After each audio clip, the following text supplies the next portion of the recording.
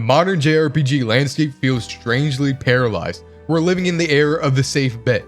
If you look at the upcoming charts right now, they're dominated by the Great Revisiting, the Dragon Quest VII Reimagining, the Trails in the Sky second chapter, and a constant stream of definitive editions filling the gaps where bold, new IPs used to be.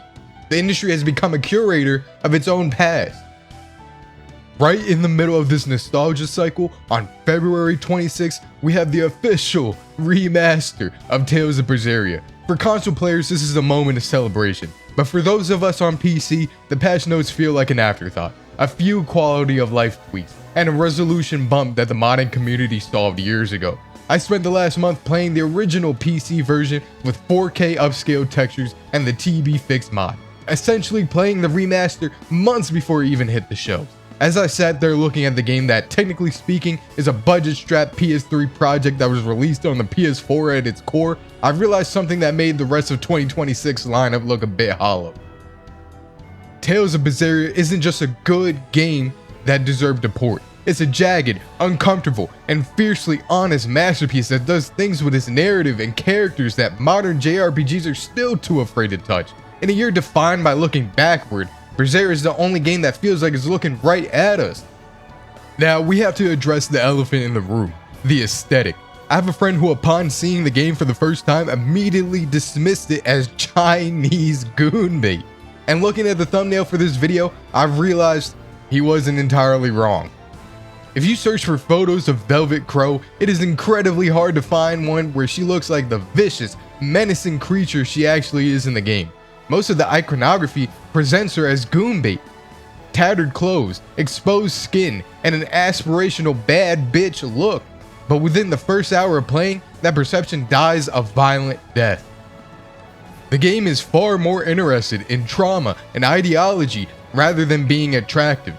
Velvet doesn't just fight, she devours, not metaphorically and not cleanly. She consumes enemies in a way that is meant to be disturbing. Her body's literally altered into something monstrous, and the narrative never lets you forget that. This isn't just a power fantasy, it's self-mutilation with a purpose. The character designs are so loud that you actually stop noticing them once the writing takes over. You aren't looking at the outfits, you're looking at characters who are too broken to care about how they look. If someone comes into Berseria looking for goon or slop, they're going to be disappointed very quickly by a story that is relentlessly bleak, wet, muddy, and dehumanizing. To understand why Berseria is so underrated, we have to deconstruct the main criticism. If you mention this game in certain circles, you'll hear it dismissed as Edge-Slop. People see Velvet Crowe, the tattered clothes, the red and black aesthetic, and the literal devouring of enemies, and they think they've seen this before. They categorize her as a clone of Lightning from Final Fantasy XIII, who was then misinterpreted as a gender-bent Cloud Strife. But that is a fundamental misunderstanding of the JRPG protagonist lineage. Think about Cloud Strife. Cloud isn't actually an edgy badass. He's a dork from a small town who is so insecure and traumatized that he built a mental facade just to survive. Lightning, on the other hand, is the facade. She's the stern soldier, the professional, but she often lacks those insecure cracks that made Cloud human. She's the brooding hero because that is her base persona, and it often makes her feel one note to those who can't find the person beneath the armor. Velvet Crowe is the missing link. She was a soft villager, the quintessential JRPG caretaker. She didn't choose a persona because of her insecurity. She forced herself into a state of permanent rage as a form of self-harm. Her edginess isn't a personality trait, it's a fuel source. She is driving all her feelings into a rage because it's the only way she can rationalize what happened to her during imprisonment. There's a sequence in the final third of the game where Velvet returns home. She reunites with old friends and reverts back to the lovable sister she was in the prologue. She's laughing, smiling, and hunting prickle wars.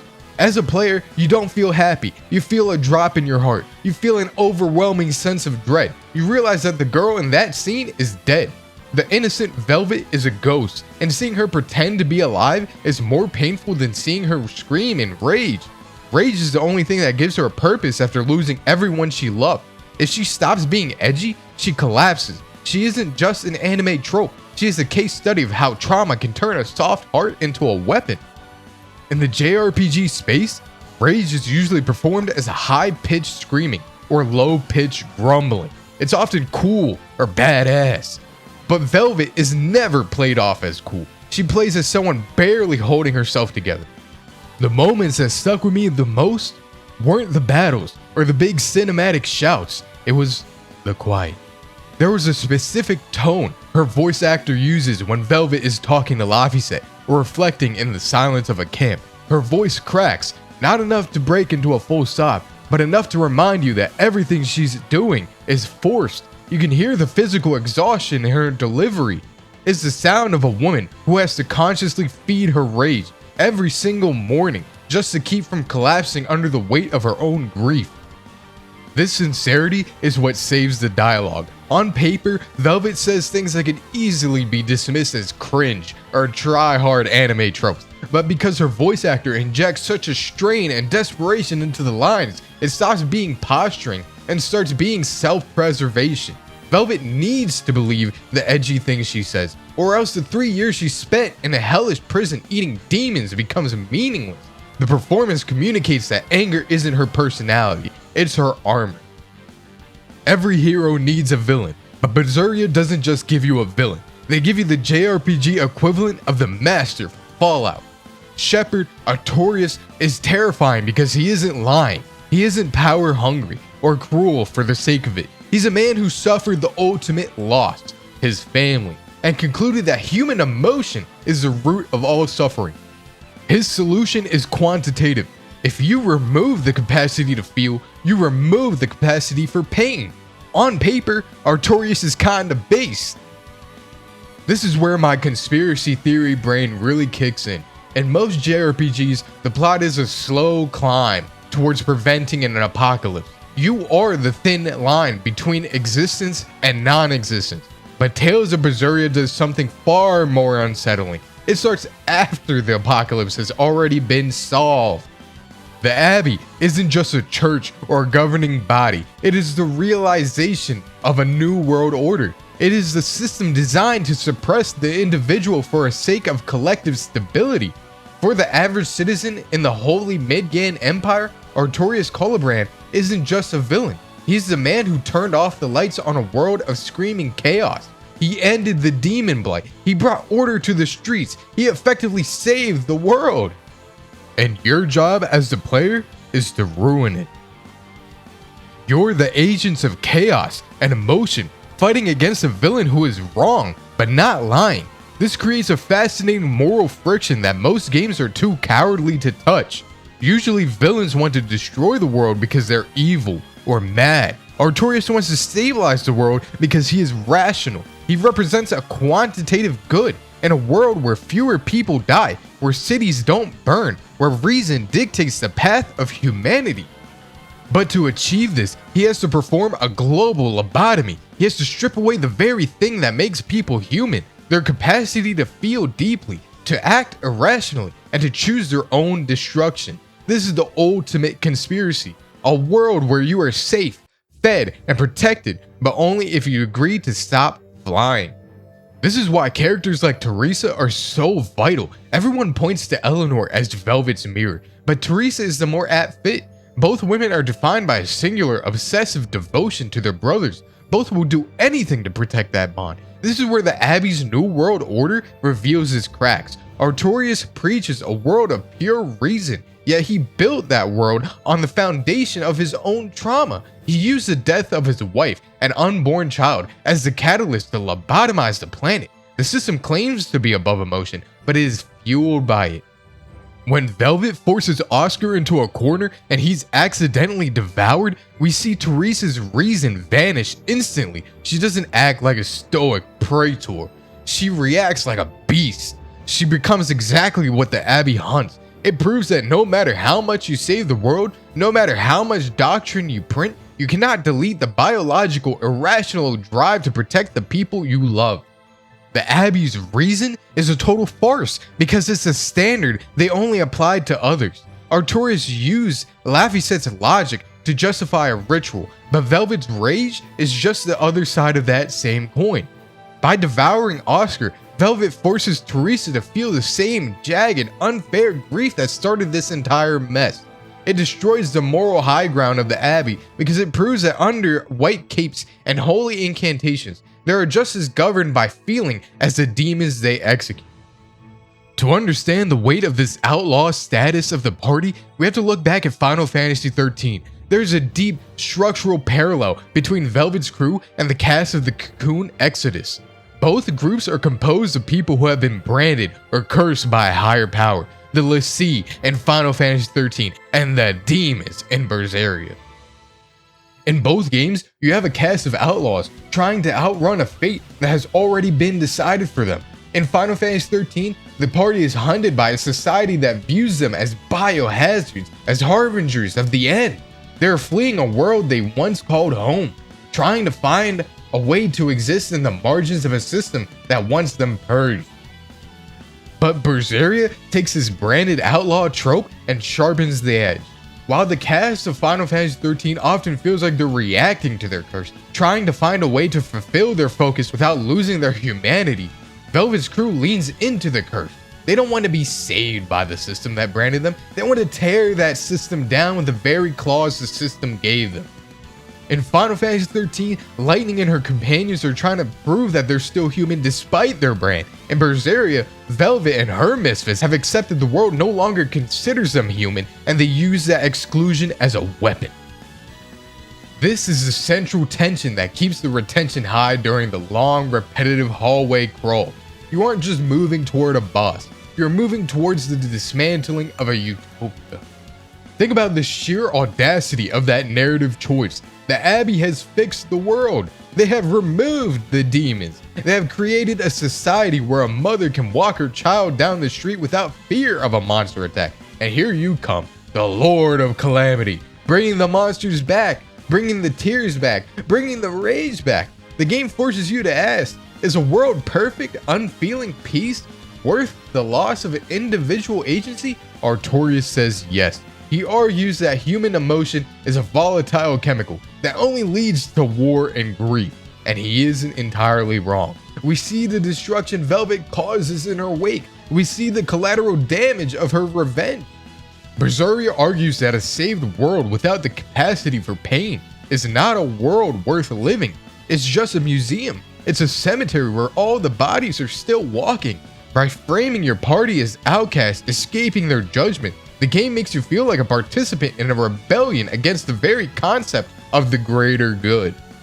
You are the broken ribs, protecting a heart that is bleeding, angry, and messy, and in the face of Artorius' cold, white, sterile perfection. That messy heart feels like it's the only honest thing left in the universe. And let me be real with you guys for a second. By hour 25, you might start hating this game. But that's kind of the point. I was constantly telling my friends that the game was becoming repetitive, and I started to resent the game. And for a moment that scared me. I thought maybe this isn't as good as I initially thought. But then I realized most games try to hide their friction. Berseria weaponized it. The dungeon design is poor, long, flat, PS3 era hallways. Because I'm the kind of player that has to clear every enemy and explore every corner. The combat eventually became muscle memory rather than strategy. But is that repetition a flaw? Or is it Ludo narrative resonance, a la Dragon Quest III? Velvet's Devour mechanic allows you to cheese almost every encounter if you build for it. You aren't becoming a force of nature that mows through everything. Just like Velvet, you are doing exhausting, repetitive, and violent things because the story is pulling you forward. You can't stop. If you stop, you have to face the grief. The repetition of the combat mirrors the repetition of her trauma. You are clearing these zones because you are a Therian, a beast that exists to consume. Even the dated look of the world helps us. The cold, snowy atmosphere of Helvies and the wet, cramped, dehumanizing halls of the Titania prison set a tone that vibrant Tales of Arise couldn't reach. The world feels worn down. It feels like a world that has already given up, which makes your rebellion feel all the more desperate. The final third of Berseria is where all the Edge-Slop accusations go to die. When Innominat is revealed to be Velvet's brother, not dead, but a god who has betrayed her, Velvet doesn't just get angry. She goes into a mental collapse that takes it from just a plot twist to a descent in psychological horror. Innominat doesn't just try to kill her, he weaponizes her memories. He plants specific visions to extract her malevolence from her, trying to prove that her entire journey was based on a lie. This is the ultimate New World Order tactic, historical revisionism intended solely to break the individual. And so we come to the question the game keeps asking: why do birds fly? The answer Berseria gives is the most honest answer in the genre. Birds fly because they must. It is innate to them. We love, we hate, and we grieve because it is our nature. Artorius tried to make humans stop flying. He tried to ground the world to keep it safe. But a bird that doesn't fly isn't a bird anymore. Velvet's ending isn't a reunion. It isn't hope. It's an eternal fight. She and Innominat feed each other, the agent of chaos and the agent of order, locked into a cycle that keeps the world existing. It is the ultimate expression of yin and yang. Emotion is necessary because of pain, not despite it.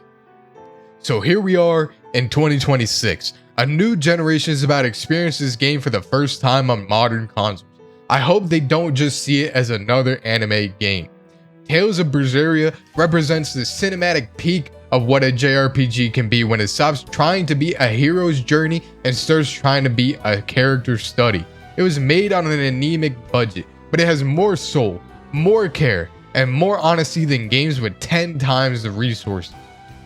Most people misunderstand Berseria because they confuse edginess for a lack of depth. But Berseria is a game about blurred lines. It's a windshield wiper of emotion. One minute you're laughing at a skit, the next you're crying at betrayal. It is a 10-year-old game that feels more relevant in 2026 than ever before. In a world that values order and stability over the messy reality of being human, Berseria stands as a reminder that pain is the price of meaning. Because in the end, birds don't fly because they are happy. They fly because they are born with wings. And so people are born with the ability to feel. They must feel emotion. And sometimes the most heroic thing you can do is remind the world how much it hurts to be alive.